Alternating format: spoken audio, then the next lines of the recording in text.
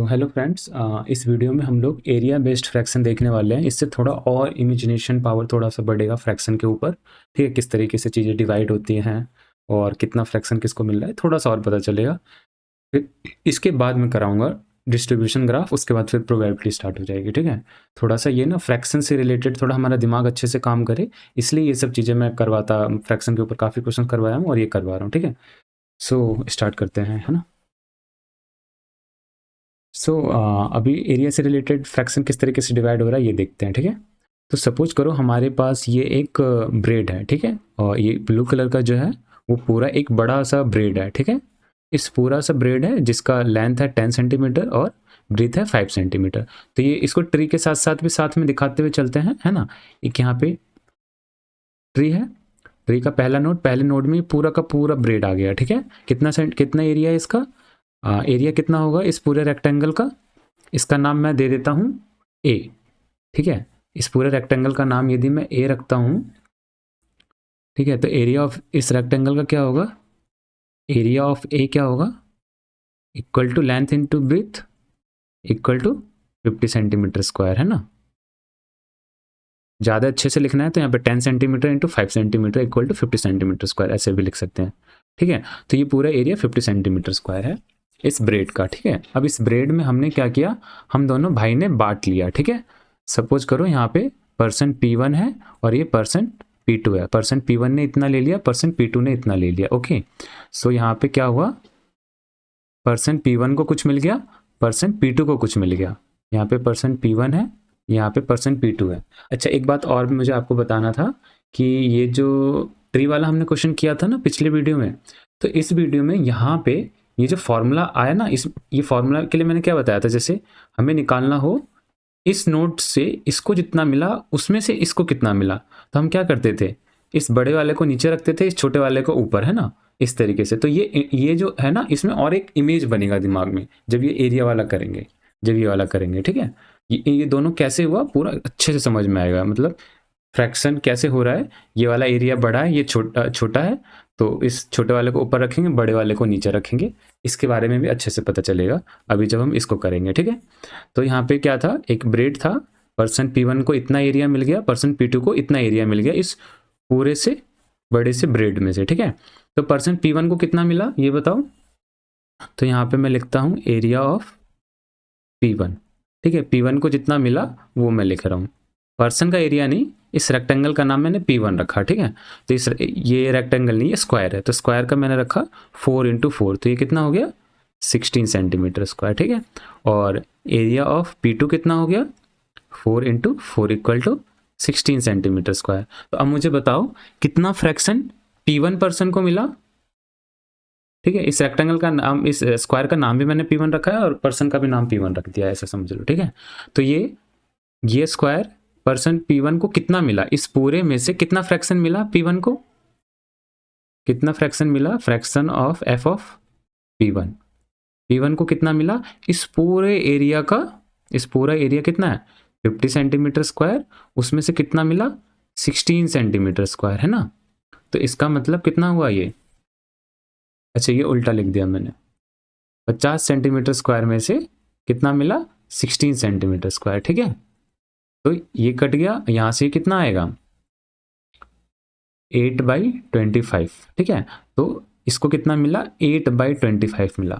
ठीक है, person P1 को इतना एरिया मिला, फ्रैक्शन इतना मिला और एरिया कितना मिला 16 सेंटीमीटर स्क्वायर।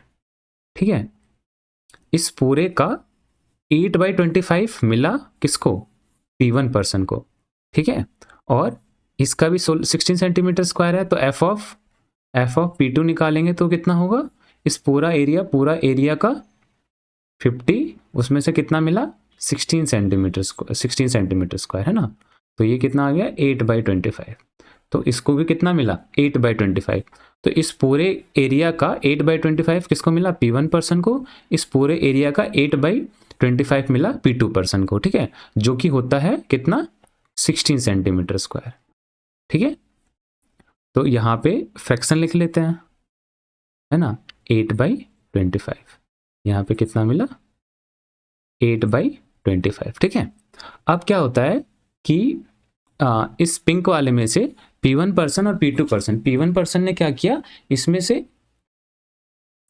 से एक और ऐसा कट बनाया, ठीक है, इसमें से और एक ऐसा कट बनाया, एक रेक्टेंगल बनाया, ठीक है, और ये रेक्टेंगल था 2 सेंटीमीटर का, ठीक है, और इसमें से क्या किया, ये रेक्टेंगल वाला पार्ट, ये वाला पार्ट दे दिया अपनी बहन को, P1 ने किसी दूसरे पर्सन को दे दिया, मान लो Q1 पर्सन को उसने दे दिया, ठीक है, Q1 पर्सन को कितना एरिया दिया, 4 सेंटीमीटर स्क्वायर, ठीक है। तो अब मुझे ये बताओ, इस पूरे में से कितना फ्रैक्शन इसको मिला, इस पूरे में से कितना फ्रैक्शन इस पर्सन को मिला, Q1 को। तो हम क्या करेंगे, ये पूरा एरिया नीचे आ जाएगा और ये पूरा एरिया ऊपर चला जाएगा, मतलब यहाँ पे f ऑफ Q1 निकालेंगे तो कैसे आएगा, 50 ऊपर कितना आ जाएगा 4, मतलब 2/25, ठीक है, इसका मतलब 2/25 मिला इसको कितना मिला, 2/25 किस में से, इस पूरे एरिया में से, तो इसलिए यहाँ पे आएगा ये 2/25, ठीक है। इस पूरे चॉकलेट में से इतना मिला, हमने क्या किया, पूरे चॉकलेट में से निकाला। यदि हम निकालते P1 में से इसको कितना मिला, यदि हम बोलेंगे P1 में से Q1 को कितना मिला, तो वो कैसे निकालेंगे, यदि यहाँ पे हम निकालें f ऑफ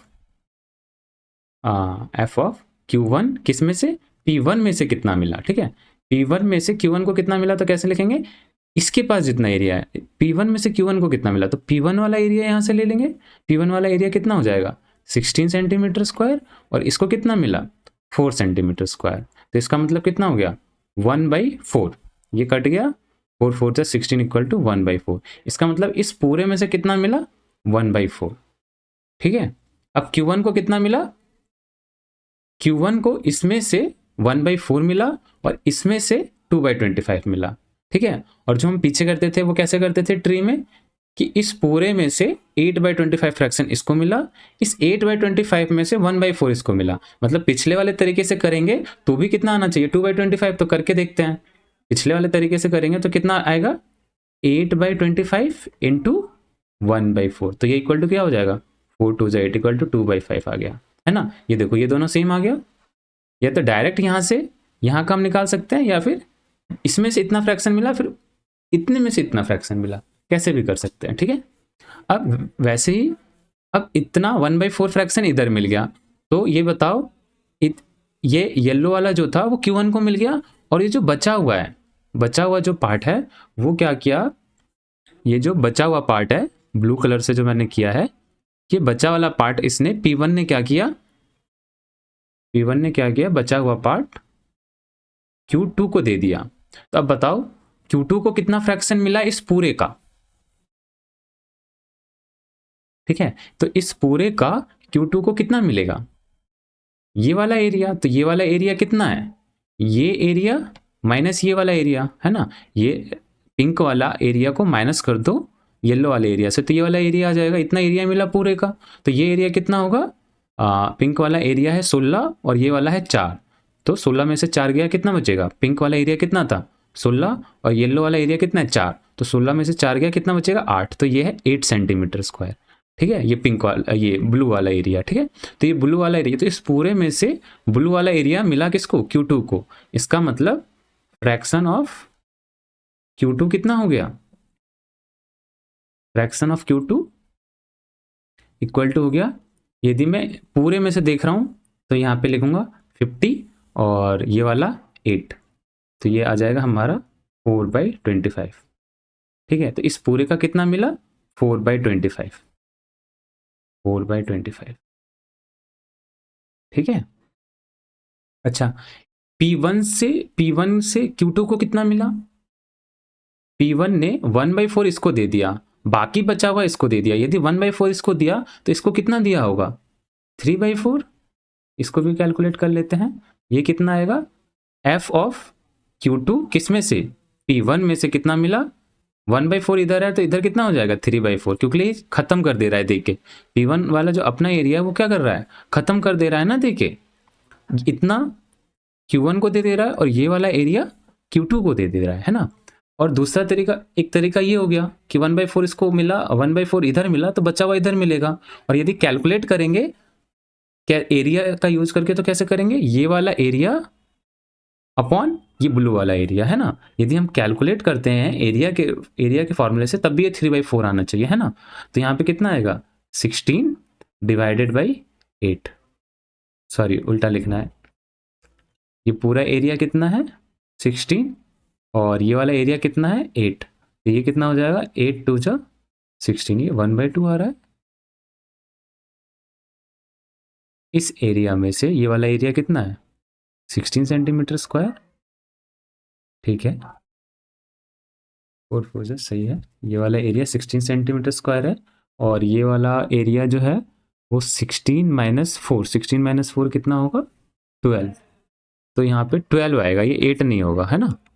यहाँ पे 12 होगा और ये यहाँ भी 12 होगा, ठीक है, इसको सही कर लेना। तो यहाँ पे 12 आएगा, है ना, 12/16, तो 12/16 इसको खोलेंगे तो कितना हो जाएगा 3/4, देखा ये दोनों सेम आ गए ना। तो इस यहाँ से इसको 3/4 मिला, या तो ऐसे निकाल लो 1/4 इधर मिला तो 3/4 इधर मिला, ठीक है, समझ में आया। अब देखो, अभी यहाँ पे फील आ रहा है ना, यदि मैं बोलूं कि Q1 को इसके रिस्पेक्ट में कितना मिला, तो वो तो नोट ही बता रहा है, लेकिन एक्चुअल में क्या हुआ, यहाँ वाला एरिया नीचे गया, यहाँ वाला एरिया ऊपर गया, है ना। ये वाला एरिया 50 हमने नीचे लिखा और ये वाला एरिया कितना था 4, इसको हमने ऊपर में लिखा, है ना, ठीक है। अब जैसे मान लो कि ये जो पर्सन है Q1, इसने भी किसी को दे दिया, मान लो Q1 ने यहाँ से मान लो Q1 ने यहाँ से आधा क्या किया, किसी और को दे दिया। Q1 ने अब दोबारा किसी को दे दिया, Q1 ने मान लो यहाँ से R1 पर्सन को दे दिया और R2 पर्सन को दे दिया आधा आधा, ठीक है। ये वाला एरिया एक को दे दिया और ये वाइट वाला एरिया दूसरे पर्सन को दे दिया, ठीक है, R2 पर्सन को। अब मुझे बताओ कि यहाँ पे जो R1 एरिया है वो पूरे के रिस्पेक्ट में कितना है, और R1 एरिया P1 के रिस्पेक्ट, सॉरी जो यहाँ पे हमारा R1 को जितना मिला वो पूरे के रिस्पेक्ट में कितना फ्रैक्शन मिला है, और R2 को पूरे के रिस्पेक्ट में कितना फ्रैक्शन मिला है। तो ये निकालना बिल्कुल ईजी होगा। R1 को कितना मिला है, इस पूरा एरिया को नीचे रखेंगे और इस एरिया को ऊपर रखेंगे, मतलब f of R1 equal to क्या हो जाएगा, पूरा एरिया नीचे रहेगा और ये कितना है 2 2 जा 4, 4 का आधा एरिया मिला है, मतलब 2 मिला है 1/5, तो यहाँ पे कितना होगा 1/5, 1/25, ठीक है। अब मैं बोलूं कि P1 के रिस्पेक्ट में R1 को कितना मिला, तो P1 के रिस्पेक्ट में R1 को कितना मिला, तो हम क्या करेंगे P1 वाला एरिया ऊपर रखेंगे, मतलब यदि हमें कैलकुलेट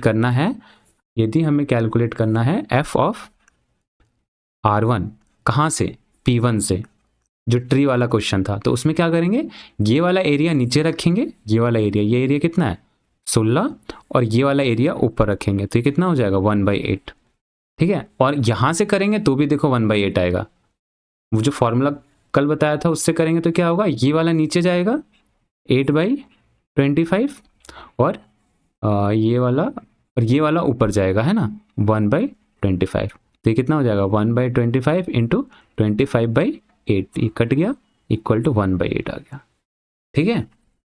तो या तो एरिया जब यहाँ पे दे रखा हो तो एरिया का यूज करके फ्रैक्शन निकाल सकते हैं, ठीक है। और यदि हमें ये दे रखा है कि इसमें से इतना फ्रैक्शन इसको मिला, इसमें से इतना मिला, इसमें से इतना मिला, इसके में से कितना मिला इसको 1/2, है ना, आधा ये कह रहा है ना, इसका आधा मिला मतलब इसका 1/2 मिला, मतलब ये वाला एरिया नीचे जाएगा, ये वाला एरिया ऊपर आएगा, तो कितना हो जाएगा 2/4, है ना, तो आ जाएगा ये 1/2 इसको मिला, तो इसको भी कितना मिला 1/2, क्योंकि येलो वाला जो आदमी है Q1 वो पूरा खत्म कर दे रहा है R1 और R2 को देके, तो इधर कितना जाएगा, यहाँ जो लिखते हैं वो पूरे के रिस्पेक्ट में लिखते हैं, तो यहाँ पे पूरे के रिस्पेक्ट में लिखते हैं तो कितना हो जाएगा, यहाँ भी कितना जाएगा f ऑफ, हाँ यहाँ पे कितना हो जाएगा f ऑफ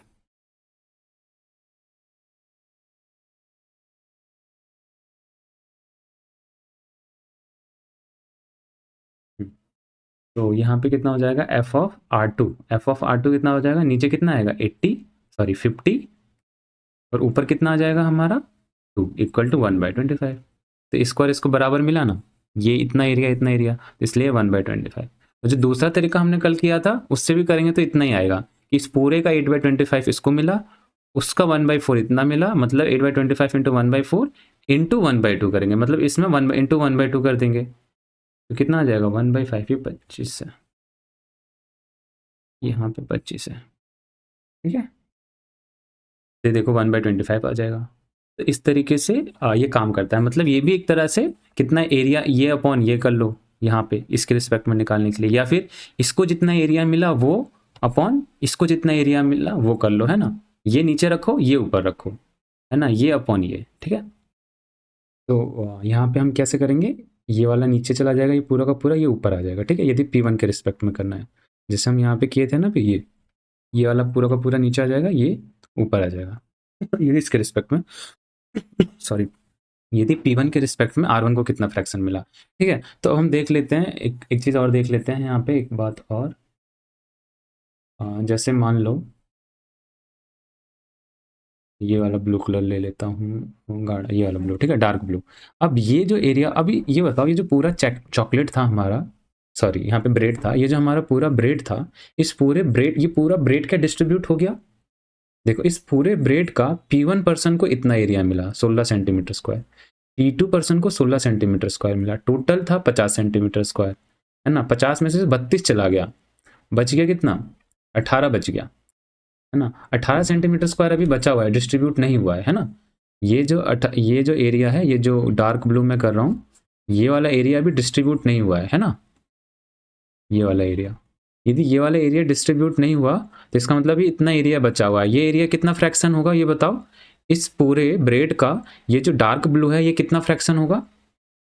एक तरीका तो यह है कि ये डार्क ब्लू वाला एरिया निकाल लो, कैसे निकालोगे, ये हो जाएगा 28 सेंटीमीटर स्क्वायर, है ना। पूरा का पूरा 50 सेंटीमीटर स्क्वायर है, उसमें से 32 सेंटीमीटर स्क्वायर करोगे, ये 16 + 16 32 सेंटीमीटर स्क्वायर माइनस करोगे 30 में से, तो ये ब्लू वाला आ जाएगा 28 सेंटीमीटर स्क्वायर।